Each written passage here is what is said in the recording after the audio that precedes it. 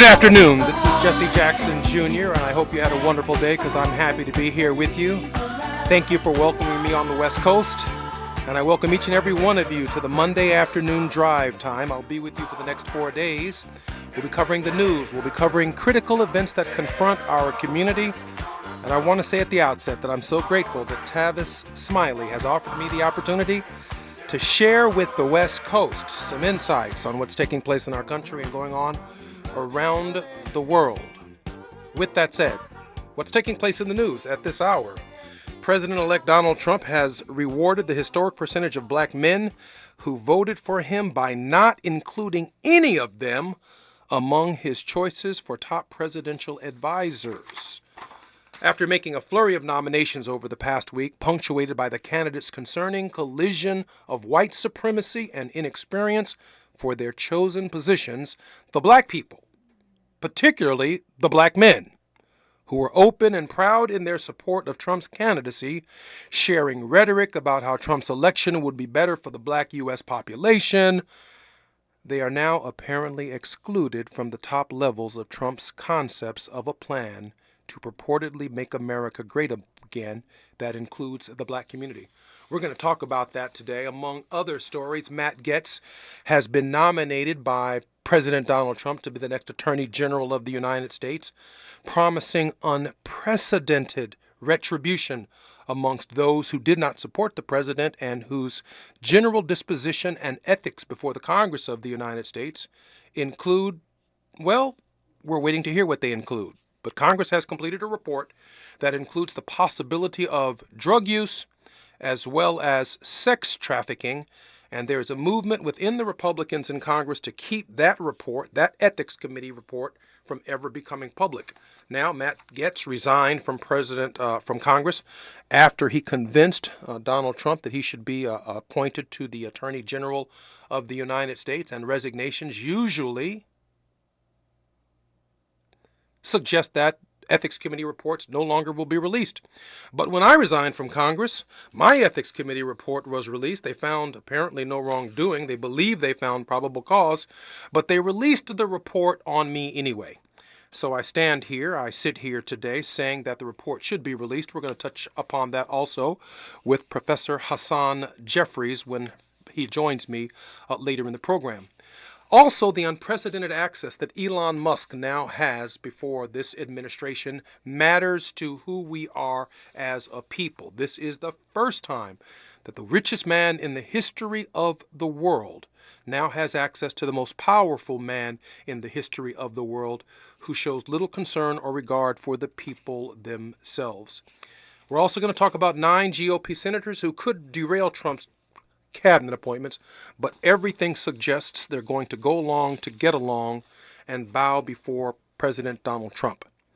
I wanted to lay out some basic history and facts before we begin this week of exploration together and before our guests join us shortly. And that is to be on the same page. For me to know what you know and for you to know what I know begins a journey for both of us on KBLA Talk 1580. First, I want you to understand that as a progressive black radio talk show program, I understand how central black history and the history of black people is to our struggle in the United States. I know this history like the back of my hand, from 1619 when 19 scared Africans got off of a boat in Jamestown, Virginia, through the writing of the Declaration of Independence. I call that the construction phase of our history as Americans, through the lens of black people. From 1776 to the writing of the Constitution in 1787, to the Bill of Rights in 1791, to admitting one free and one slave state, to the Union that led to the American Civil War, when the balance of power in the Senate and the Congress was determined by states being admitted to the Union from the West as the nation expanded, and the South began arguing that the peculiar institution of slavery should be chosen by popular sovereignty in the Western states.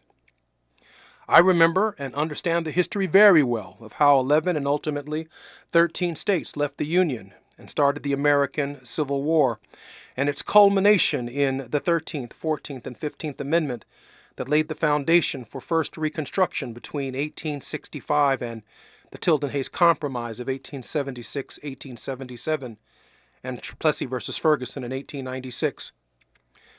1896 to 1954, during that infamous period known as Jim Crow, stood between First Reconstruction and Second Reconstruction, and a Supreme Court decision made all of the difference. Brown versus the Board of Education, laying the foundation for the modern civil rights movement with Martin Luther King Jr. and Thurgood Marshall and John Lewis and others, right up to the nomination of Barack Obama to presidency of the United States and obviously Kamala Harris. And so it is against that backdrop and that framework that for the next 4 days, we will be talking about all of the issues in the news from the perspective of black people in the United States. Why? Because we weren't here yesterday. We were here before yesterday. We didn't just get here. Dr. King said, before the Pilgrims landed at Plymouth Rock, we were here. Before the pen of Jefferson etched across the pages of history of the majestic words of the Declaration of Independence, we were here. And the inexpressible cruelties of slavery would not stop us, Dr. King said. The opposition we now face surely will fail. We will win our freedom because the sacred heritage of our nation and the eternal will of God are embodied in our echoing demands. Malcolm X said, we are not American. We are people who formerly were Africans and who were kidnapped and brought to America. Our forefathers weren't the Pilgrims. We landed in America, but we did not land on Plymouth Rock. Plymouth Rock landed on us.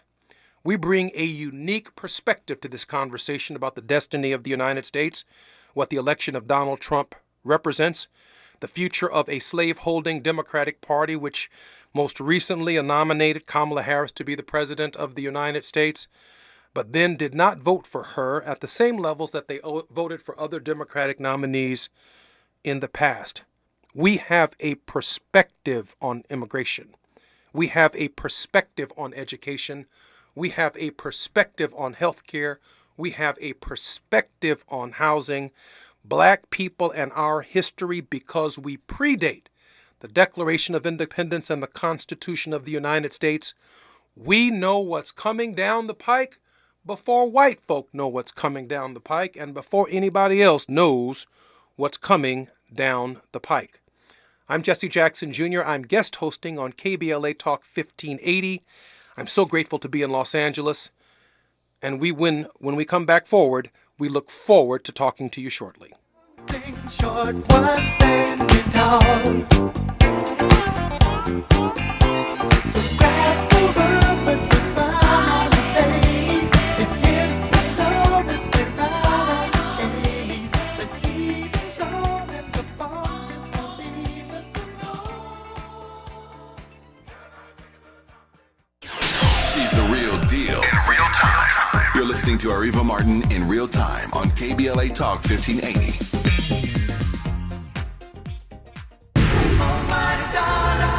Are you an entrepreneur looking to take your business to new heights? KBLA Talk 1580 is your partner in success. Every day, we celebrate and elevate Black-owned businesses across our community. Our KBLA SMB Marketplace currently features The Cookie Dip, Badass Bakes, Hair Concoction, Higher Education Accreditation Consulting, LACC Radiology Technology Department, and Malik Books. Your business deserves to be heard. Let KBLA Talk 1580 amplify your voice and connect you with our powerful community of listeners. Email smb@kbla1580.com today. That's smb@kbla1580.com. At KBLA Talk 1580, we've got your black.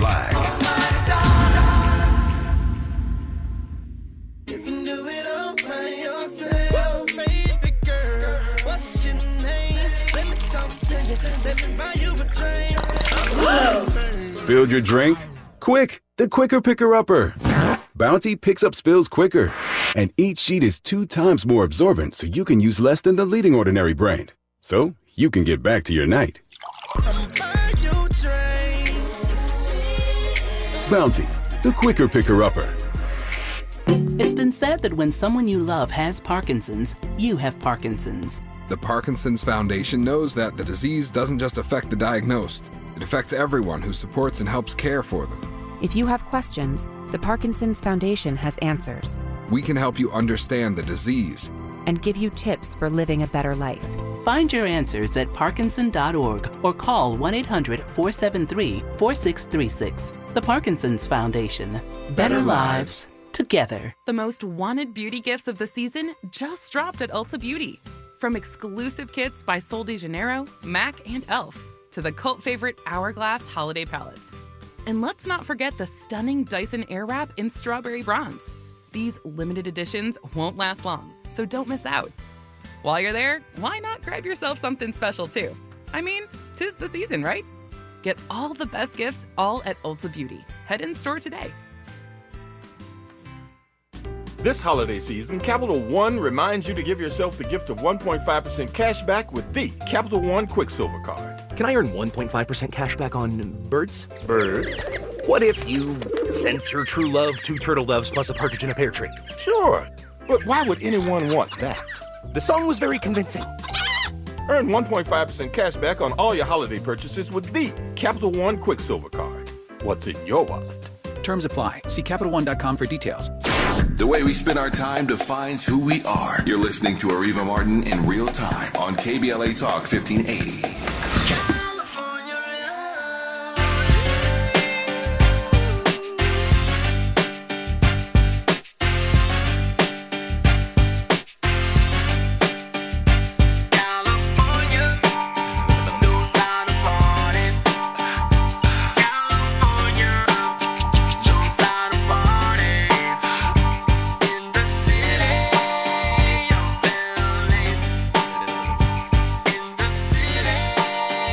And welcome back to KBLA Talk 1580. I'm Jesse Jackson Jr., guest hosting this week, and I'm grateful to have, well, of course, our faithful listeners know Dr. Hassan Jeffries, professor of history, Ohio State University, the brother of the Democratic Majority Leader, Hakeem Jeffries, whom we pray every day has a favorable vote count in his future that yields him the speakership, that we can put some rails on President Trump. We will also be joined by Dr. Carlos Hill, professor of history, University of Oklahoma, author of The Murder of Emmett Till. But I want to begin by welcoming Dr. Hassan Jeffries. Dr. Jeffries, how are you? I'm doing well. It's great to be with you, Brother Jesse. I appreciate you being here. And I want to ask you a question about centering our audience around the idea that we are the sum of history. That Dr. King isn't coming back to help us. Malcolm isn't coming back to help us. This is about, from the moment that we arrived here to the present, this is about the decisions that we make in the present. And I can't think of anyone better than to have you and Dr. Hill on to discuss how all of history is about us and the decisions that we make. Dr. Jeffries? No, you're absolutely right. You know, one of the tragedies about the way we talk about and teach the history of the civil rights movement, of which your dad, of course, was such a central figure, is that we center it around a handful of individuals rather than locating those individuals within the people themselves. And so, you know, we have the Dr. Kings, and we have this King-centric understanding of the movement, which if he came back today, he wouldn't even recognize how we talk about the movement.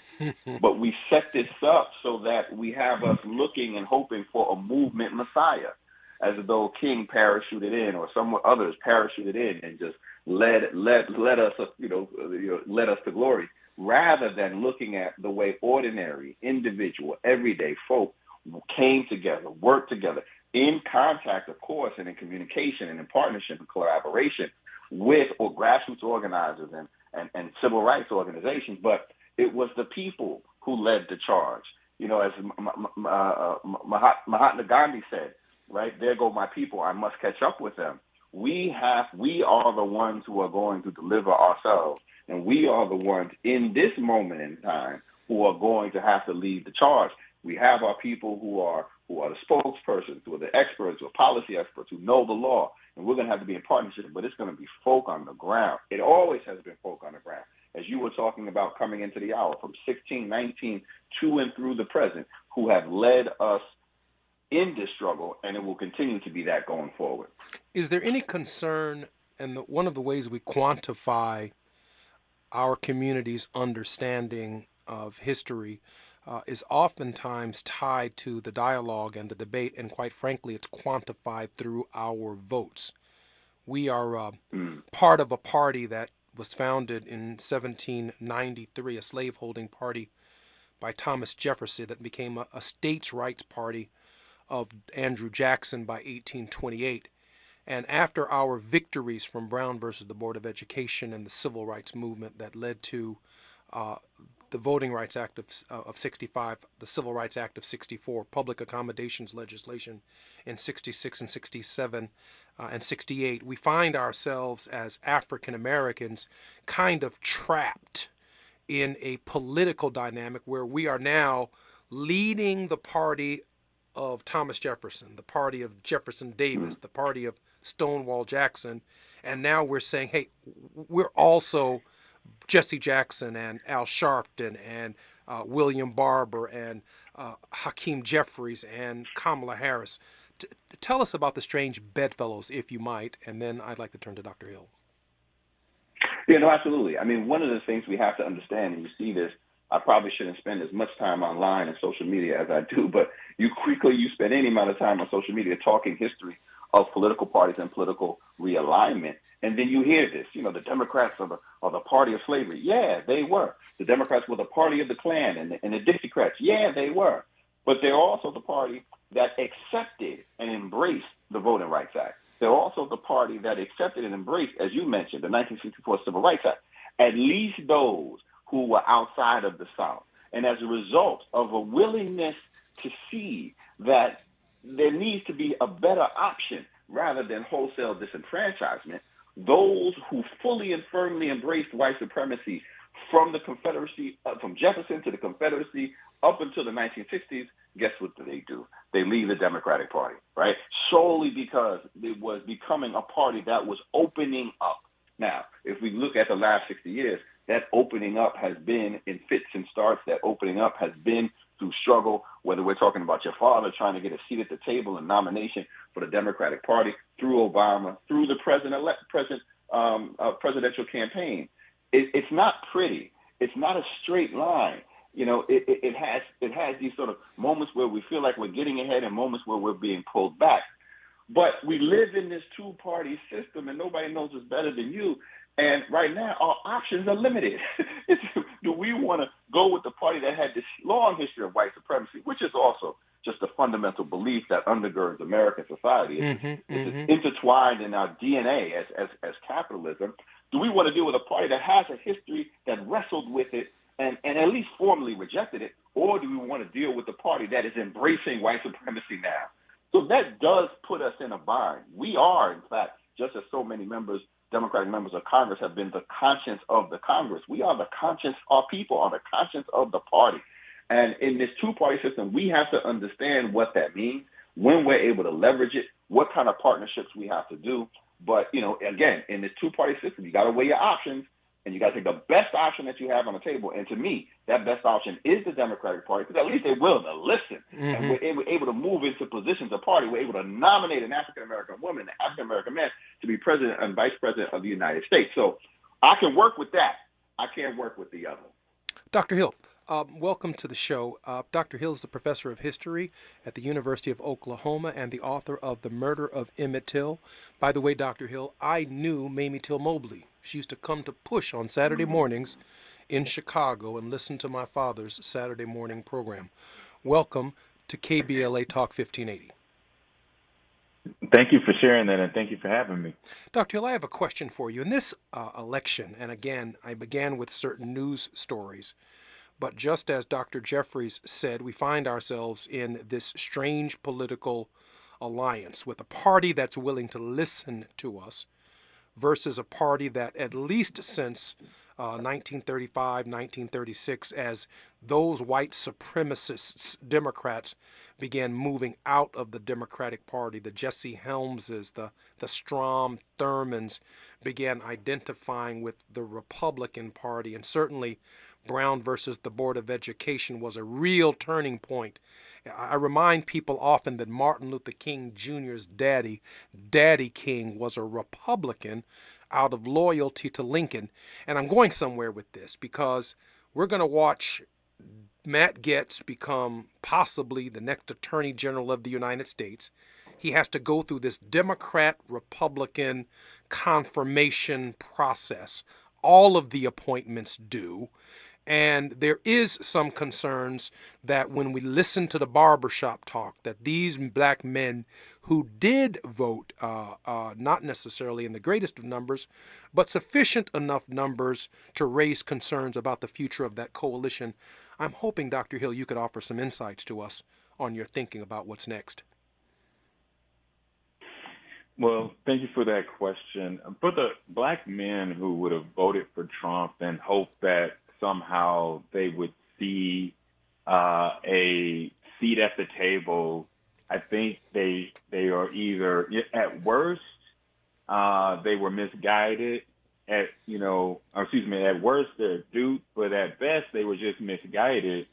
There never is going to be a seat at the table because Trump's agenda is anti-black. I don't know how many ways he could have told us differently, but he's an anti-black president, and he's going to put forth anti-black policies, and certainly policies that don't help people of color.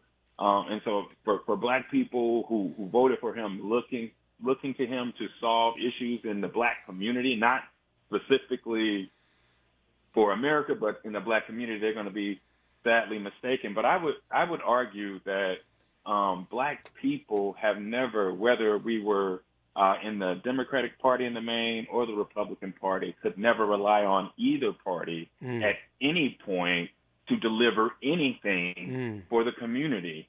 That has never been the case in the best times or the worst of times. It's always taken political, electoral power and protest combined, leveraged at the same time often to produce significant political transformation. And so I think we're going to be in that position under Trump, right? Because under Trump, it's not just, I think black people are at threat, but I think democracy is at threat. And so we're going to have to work just to keep democracy.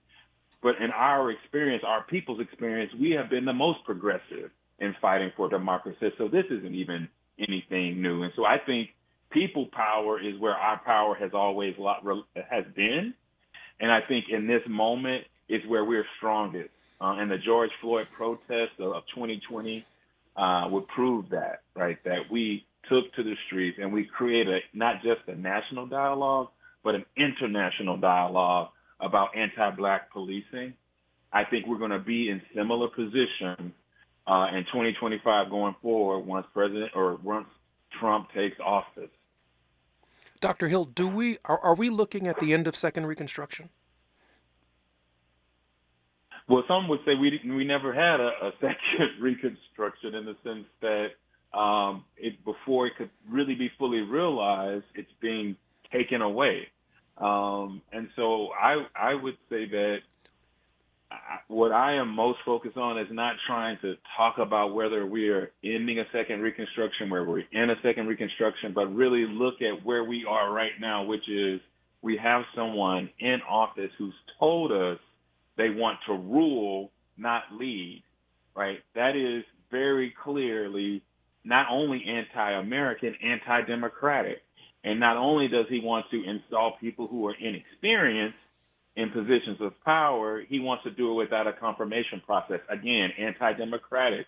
And so the things that we were talking about as threats now are active threats because he's not, now this person, Trump, is going to try to implement these things with very little oversight, with very little say, because he wants to rule, not lead. And so this existential crisis that we face in the election is here.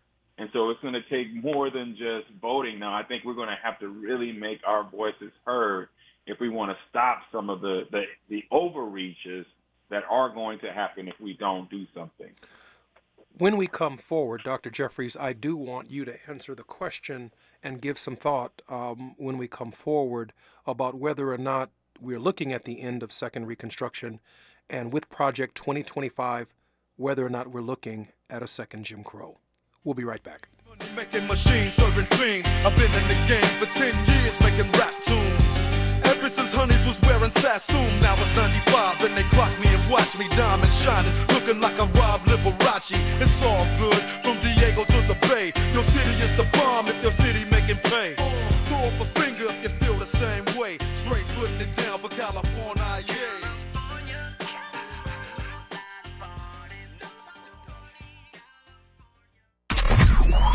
Areva time is the right time. More of Areva Martin in real time when we come forward.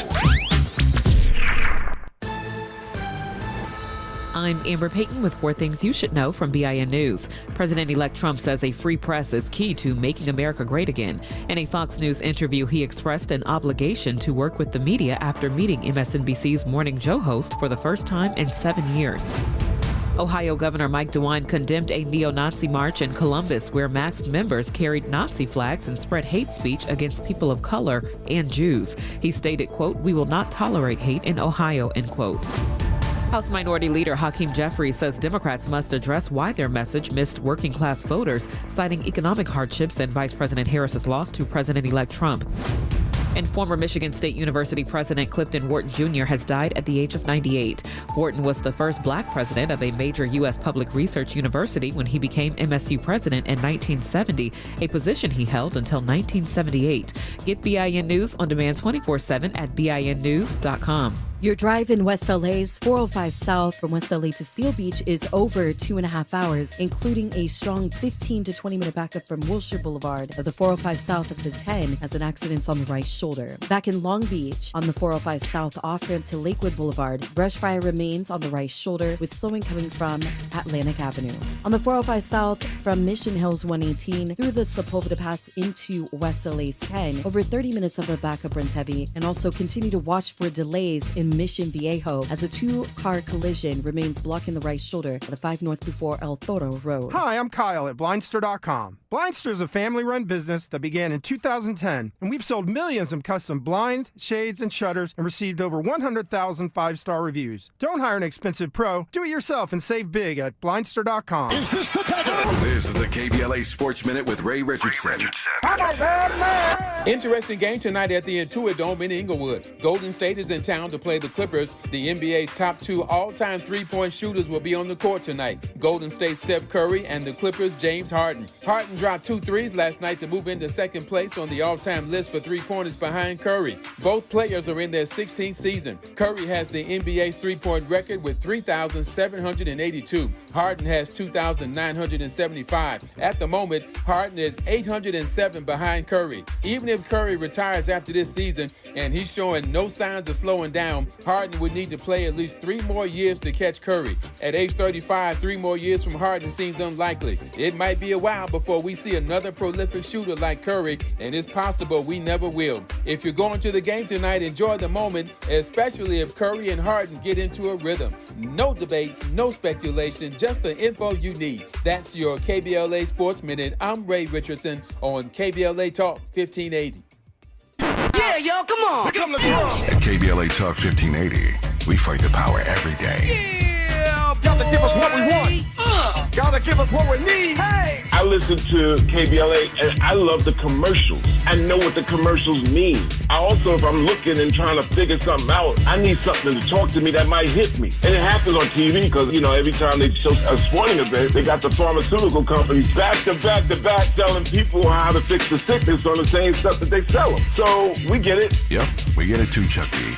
And that's why at KBLA Talk 1580, we don't black down. Drop it. Our freedom of speech is freedom of death. We got to fight the powers that be. Fight the power. Fight the power. You're listening to KBLA Talk 1580, where climate is king. Climate is king. Have you heard of the 50-30-20 rule? This can help you spend and save your money wisely. So, how does it work? Distribute your dollars into 3 buckets. 50% towards needs, 30% towards your wants, and 20% goes to savings. Use this tool to help your journey to financial success. Sponsored by J.P. Morgan Chase & Company. Add confidence to every holiday adventure and get it done with a rugged and capable Chevy truck or SUV. Find your red tag. Get 0% APR financing for 36 months on select popular Chevy models when you finance with GM Financial. Chevrolet. Together, let's drive. Offer available on all 2025 Equinox and 2024 Silverado, Equinox EV, Blazer EV, and Silverado EV models. Monthly payment is $28.60 for every $1,000 you finance. Example down payment 22.2%. Must finance with GM Financial. Some customers may not qualify. Not available with lease and some other offers. Take new retail delivery by 12/2/24. Martha was ready to switch to a career in IT. There's always a need for IT specialists, especially with AI coming out and cybersecurity. It's practically recession-proof. My Computer Career even provides job placement help. The career specialists, they're very helpful. They care about you as a person. You're not just a number to them. I would recommend My Computer Career wholeheartedly to anyone. Take the free career evaluation today. Become an IT pro in just months with zero experience at mycomputercareer.edu. This Thanksgiving, Target makes hosting easy with our lowest prices of the season, like Good and Gather Premium Turkey for 79 cents a pound and quality green beans for 55 cents. Or classic stovetop stuffing on sale for $1.99 and delicious Favorite Day apple or pumpkin pie for only $4.49. Plus, get unlimited same-day delivery with a free 14-day trial of Target Circle 360 to make planning even easier. Save more on hosting. Happier holidays from Target. Restrictions apply. There's no time like the present. Let's get back to more of Areva Martin in real time on KBLA Talk 1580.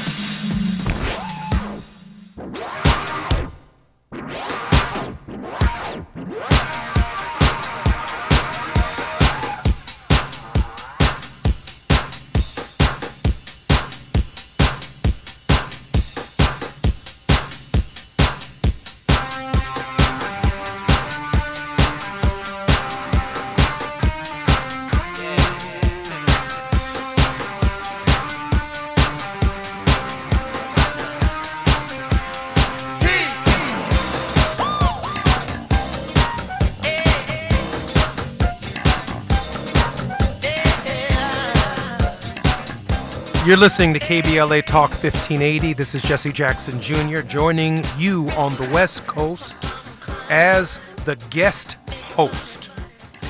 Before we had to take that necessary pause for station identification, I asked Dr. Hassan Jeffries if we were entering a new Jim Crow. Are we witnessing the end of Second Reconstruction? We are hearing about Project 2025, and it looks like Trump and the people he's putting in place are going full steam ahead. They're now talking about deporting millions of immigrants, ending the public education system. Sounds like the end of Brown versus the Board of Education as we know it. Dr. Jeffries, your thoughts? I think we're actually entering, before you get Reconstruction, you get the Civil War. You get this attempt to deconstruct the United States. I think we're entering a second deconstruction in the form of the dismantling of the administrative state, as you just mentioned, the dismantling of the Department of Education, the dismantling of our understanding of even what it means to be a citizen. The Trump administration isn't just, their anti-democratic tendencies, as Dr. Hill pointed out, the desire to rule and not to lead, is really wrapped up in this idea that America shouldn't exist the way it does, that democracy is not worth protecting. Democracy is the problem. So they are literally trying to unravel all of the gains that we have fought so hard for so many years, not just during the civil rights era, literally going back to the American Revolution, where we're like, look, what does freedom mean through the Civil War period? So, are we entering, I'm with Dr. Hill. I don't think this second Reconstruction really got off the ground in terms of the actual building of a new sort of enfranchisement. If we look beyond sort of 1965 and say, okay, well, that's the second Reconstruction, that sort of era, then we've been slowly unraveling that since those laws were on the book. So as you mentioned, now what is the attempt? It's sort of warp speed to undo all of that, and even more so to really remake America. So what comes after that, I'm not sure. But I know if they succeed, it's not going to be good for us. Dr. Hill? Yes, I would say, if we're talking about the second Reconstruction in terms of the legal protections put in place to safeguard black voting, we are seeing a real demise of that, right? Safeguards protecting voting in general for people of color, let alone black people, are eroding everywhere, whether we're talking about Texas, whether we're talking about in Georgia. The onslaught of trying to limit voting is the gravest threat, I think, to democracy. And, if we want to talk about the 1960s and the ways in which we put in place, right, real measures to prevent, right, states and localities from limiting the black vote, from just eliminating the black vote, those have been eroded under Trump's first term. And I think under his second term, he will do even more. As Professor Jeffries is saying, he is trying to do everything possible to remove power from places that typically, whether it's the Justice Department, Department of Education, Department of Health, put people in place who are inexperienced and who actually have contempt for those institutions and have been investigated in some ways by those institutions, put the very people who have contempt for them in charge so that we can actually effectively dilute their power or actually eliminate them altogether. And so these are the fears. So if we have no Department of Justice, we have no Department of Education, that would ostensibly put the power in the executive office. And so, again, Trump trying to rule versus lead here. Or it could return power to the states. And as that is true too. As African Americans, some power will be centralized in the authoritarian executive, but we're also looking at a resurgence of states' rights.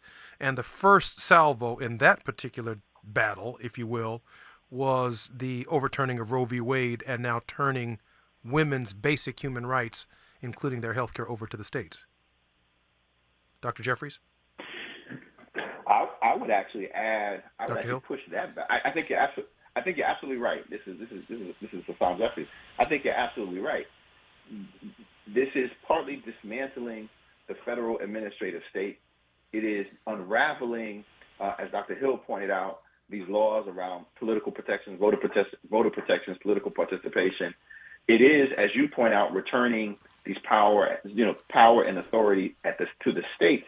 And states' rights has never been good for black folk. Right? Never. States' rights have never been good for black folk for basic rights. So that alarm bell should be ringing there, absolutely. But I would say, yes, the rolling back, the Dobbs decision, unraveling Roe v. Wade was certainly, a shot across the bow. But I would go back a little earlier and to 2013 in Shelby versus Holder, in which the Supreme Court, of course, takes the teeth out of the Voting Rights Act, and Congress, a Republican-controlled Congress, knowing that they would not go back and come up with a new formula to protect or to make sure that states, again, tying into the states' rights thing, to make sure that states were not violating the constitutional rights, the electoral protections that all people deserve. So that, sort of set the stage, if you will, for the Dobbs decision on unraveling Roe v. Wade. And now, as you were pointing out earlier, Brother Jackson, now everything is on the table. Brown is on the table. 1964 Civil Rights Act is on the table. I agree with that. As we continue our discussion, let's look at what's happening in the news and how we can open up a discussion on the backdrop of history. So the country elected Donald Trump, and he's begun to fill his cabinet post. Here's a perspective that a lot of people share. This is The Art of the Deal by co-author Tony Schwartz as he tells MSNBC's Ari Melber that Trump is immensely dangerous and will be an authoritarian leader, adding that if Trump is reelected, and he has been, he will be leaving the United States. Listen to this clip, followed by a clip about the rise of Elon Musk on the national political scene, and then Chris Cuomo interviewing Robert Kennedy. Schwartz, CEO of the Energy Project, who co-wrote The Art of the Deal with Donald Trump and went on to be a Trump critic and donate some of the proceeds. And we turn to you at a time like this. A gold Trump sneaker could be right out of a movie. I'm curious what you think of how he dealt with what was actually an exit from the MAGA bubble, people who weren't just showing up to greet and support him, but he still tried to lie about the opposition he ran into there. Predictably, he invents reality in the terms he wants it to be seen, and he simply says what he does is he talks about issues that he won't ever acknowledge are far, far from reality. He's invented a complete fantasy world that he lives in 99% of the time, and even when he goes barely outside the MAGA world, he's still applying the same principles. So almost like a method acting bubble. Yeah, method acting. Kind of. Well, I mean, I think actually he really does now. When's the last time Trump said something that was true?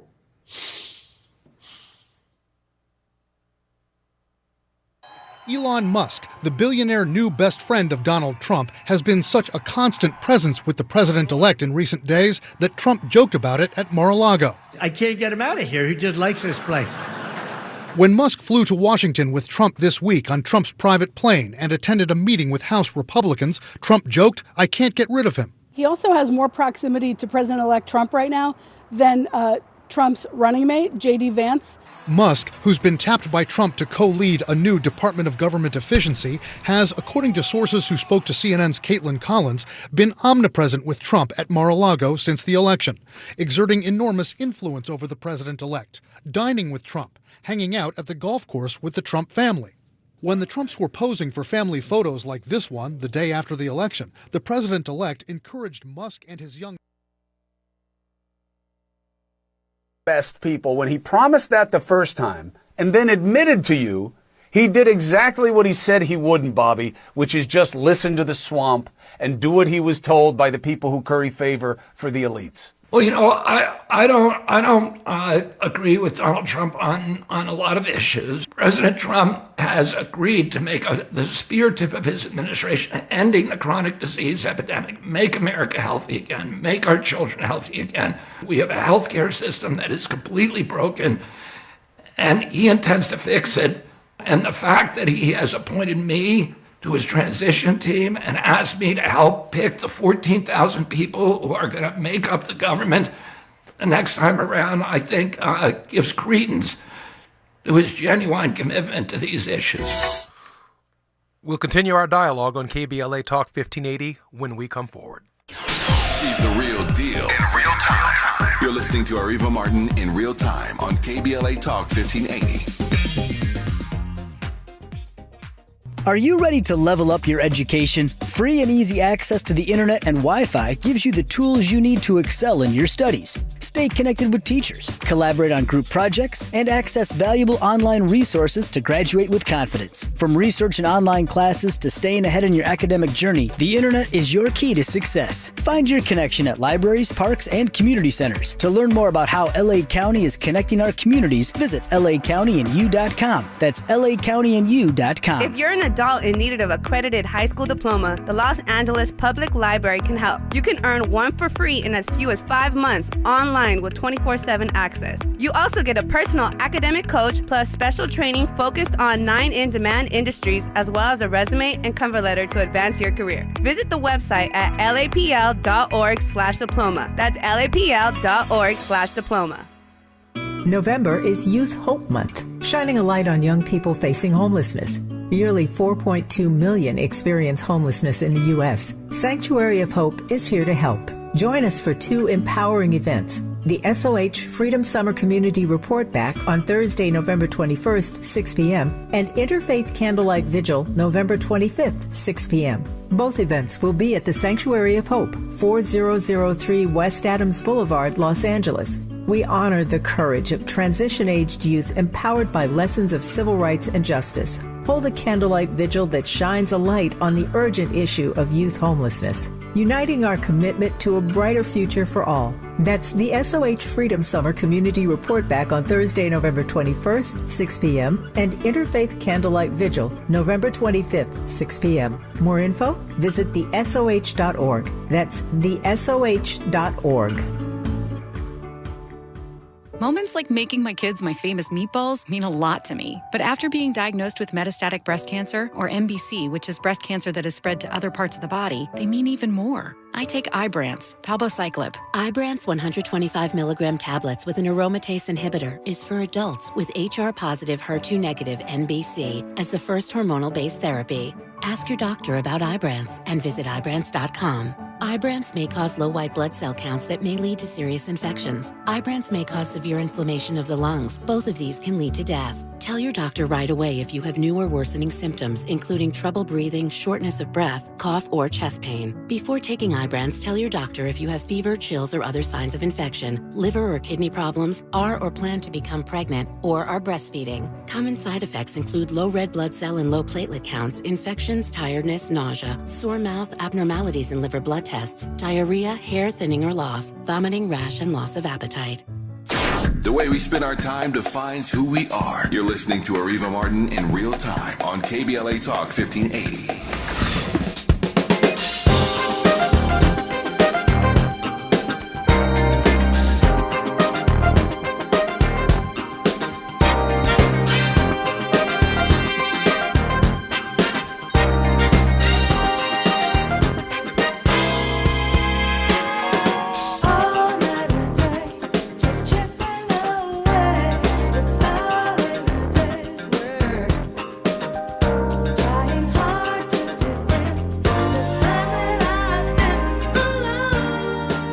Welcome back to KBLA Talk 1580. Elon Musk and Vivek Ramaswamy, Secretary of and sidekick of Government Efficiency. Huffington Post reports today that Vivek Ramaswamy pledges to delete the entire government agencies along with Elon Musk. Robert F. Kennedy Jr., head of Health and Human Services, that's NIH, and Matt Gaetz as Attorney General, head of the Department of Justice. Let's take them one at a time on the backdrop of history and Project 2025. Dr. Jeffries, Dr. Hill, what does this mean, the complete dismantling of the administrative state? It means that we messed around and we're about to find out. In the sense. I mean, I don't think people fully understand, fully appreciate the role of government in our lives. What exactly does the Department of Education do in terms of the number of federal law, in terms of managing and issuing grants, Pell Grants, in terms of, providing funding for special education. You take that apart, you start fiddling with Health and Human Services, it's almost unfathomable. But then we only have to go back 4 years. It seems like a lifetime ago, but just 4 years to the COVID pandemic. We let 1 million people die, right? 4,000 or 5,000 people were dying a day, and we still had half the country saying, this isn't real, it's made up. Let's inject some bleach in our let's take some horse pills and inject bleach. So, I wonder, we are about to find out, but we are so unserious as a nation and so wrapped up in this, in fawning over an emperor who has no clothes that we're going to do real damage. And, I thought there was a number. There was a number of people who would die that would force us to move off and see some reality. And then COVID hit. And I realized there is no number. There is no amount of suffering when it comes to those who have embraced and wrapped themselves in the cloak of white supremacy. There is no amount of suffering that will move them off that position. Dr. Jeffries, the moment is pregnant with opportunity. There's so much hope that exists with you, your leadership, and your family at this hour, with the Democratic leader being your brother. It's almost like that story of I don't want to call him the boy, but the man who has to put his finger in the dike of a collapsing wall. Your thoughts, Dr. Jeffries? Yeah, I think you're right. I don't know. My brother and I, we used to talk about, politics, and he always had his, when we were, kids in Brooklyn and sitting in bunk beds. I don't know if this is what he had in mind, though. He thought it would be, he'd be able to do some good right? Rather than, as you say, putting your finger in the dike. I mean, we are, I see this, and he agrees as well, we're in a brace for impact moment. We willingly turned the cockpit over, not to hijackers. We willingly turned the cockpit over on a plane we are all on to somebody who cannot fly and who is determined to point the nose of that plane down into the ground. Now, we barely regained control of that cockpit 4 years ago and pulled it up, but there's no saving us now. So we have to brace for impact, and then hopefully enough of us will be standing afterwards to put this thing back together. I think my brother is, and I haven't talked to him specifically about this, can you actually, stop the breach of that dam? And I'm afraid that, certainly we got to hope we can hold on for 2 years, brace for impact, hold on for 2 years, hold the line for 4 years, and then try to build back. But that's a tall order. And as Brother Hill said, it's not going to, it's not just on the shoulders of our elected officials. It's going to take people power, people on the streets forcing the issue. Dr. Hill?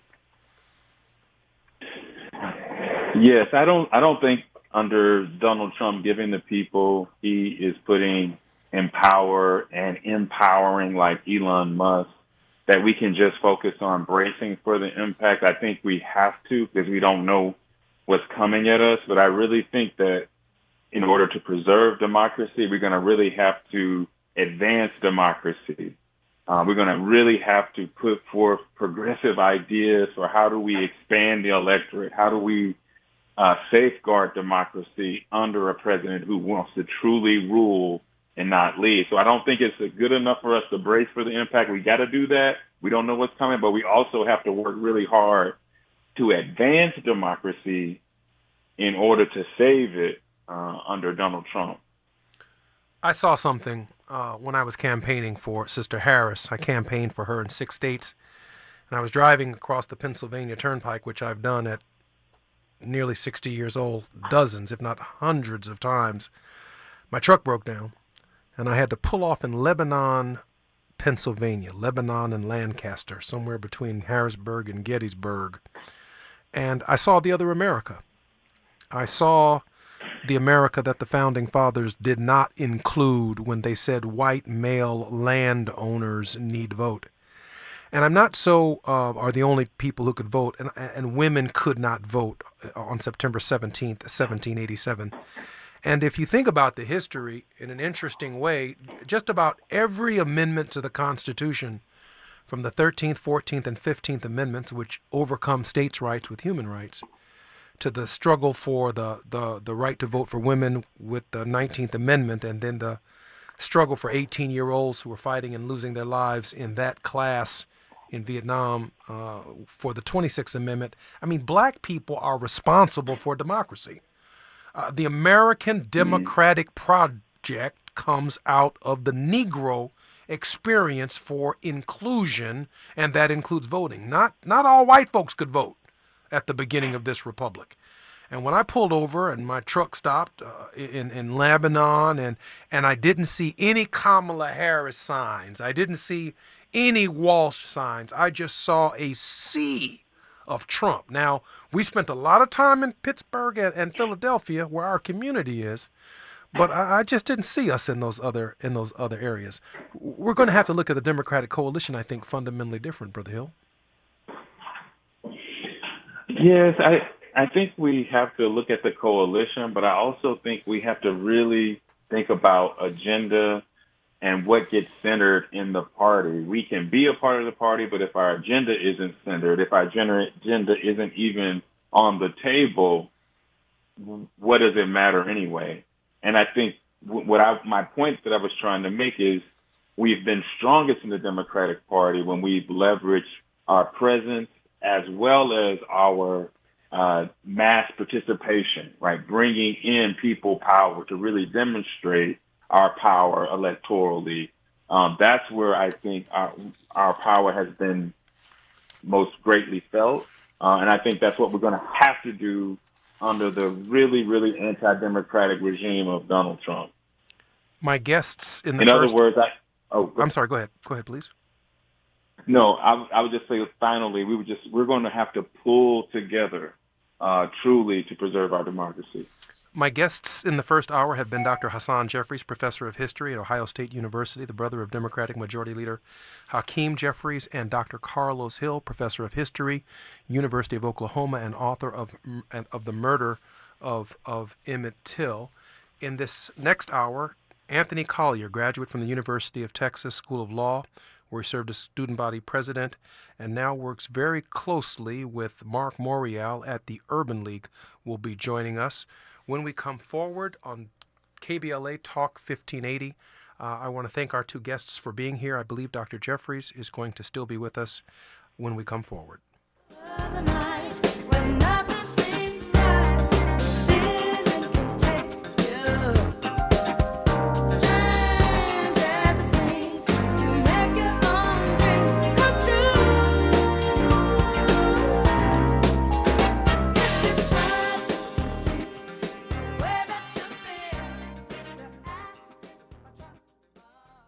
KBLA 1580 Santa Monica,